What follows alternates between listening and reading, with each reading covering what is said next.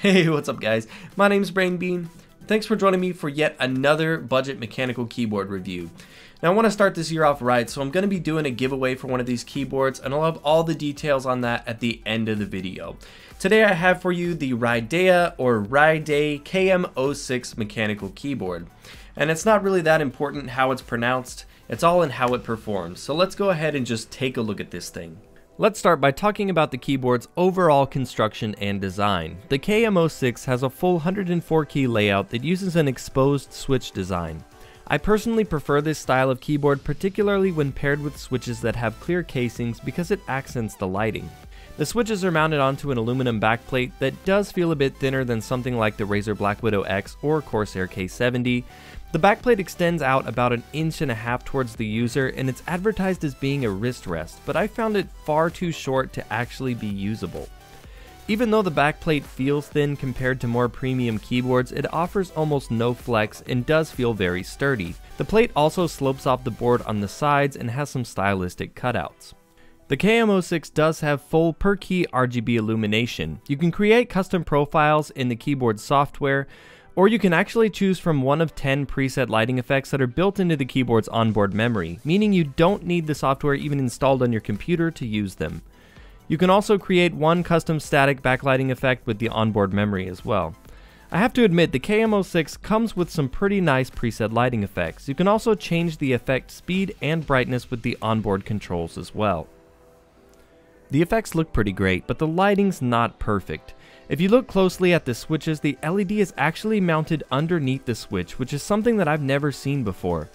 This requires the light to come up through the switch casing and then up into the keycaps. Because of this, the lighting on the KM06 does look rather dim compared to most RGB keyboards.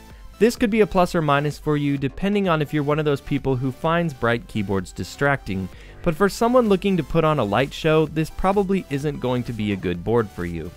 The colors are also pretty flat, achieving a more pastel looking palette. Again, stylistically, its look may appeal to some people, and the clear Outemu switch casings do help accent the lights, especially in low light settings. Speaking of the switches, like I mentioned, the keyboard uses Outemu red switches. These switches can be closely compared to that of Cherry MX Reds, offering you a linear switch with 50 grams actuation force. I think it's important to note that the Amazon page says that they have a tactile bump and audible click, which simply isn't true. If you've watched any of my budget keyboard videos, then you know that I really like the switch quality for the price that you get with Outemu, and the Reds are no exception. The actuation force is nice and smooth. It doesn't have quite the silky feeling you get from a Cherry MX Red, but unless you're comparing them side by side, there's really not much of a noticeable difference. Here's a quick sound test so that you can hear the way the switches sound for yourself.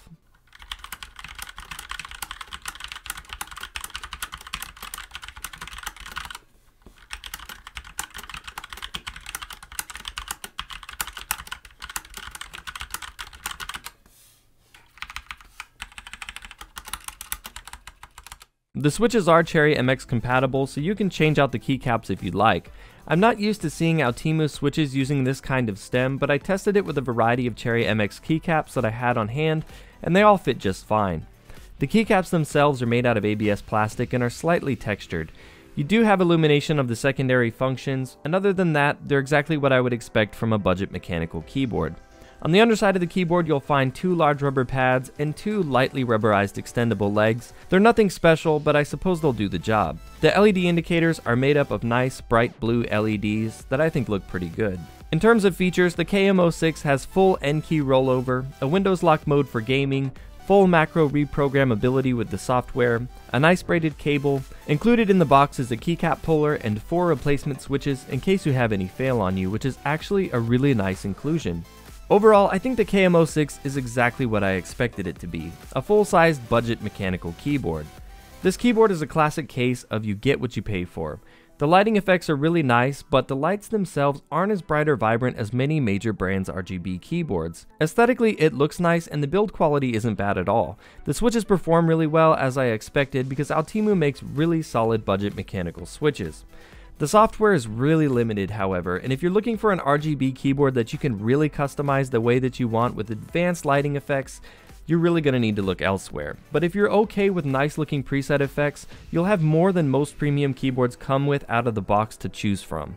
In my opinion, for $69.99, this keyboard comes dangerously close to the price of more premium competitors. If you can, I'd recommend saving up just a little bit more and going for something like a Thermaltake Esports Poseidon Z RGB, which you can get for as low as $80 on sale, or something like a Black Widow Tournament Edition or K65 Lux, because you can get those for about $30 more when you find them on sale. However, if you're dead set on a budget and $70 is your max, then the KM06 is definitely fairly priced for what you get. And if this keyboard ever goes on sale for $50 or $60, then I could see it being insanely popular.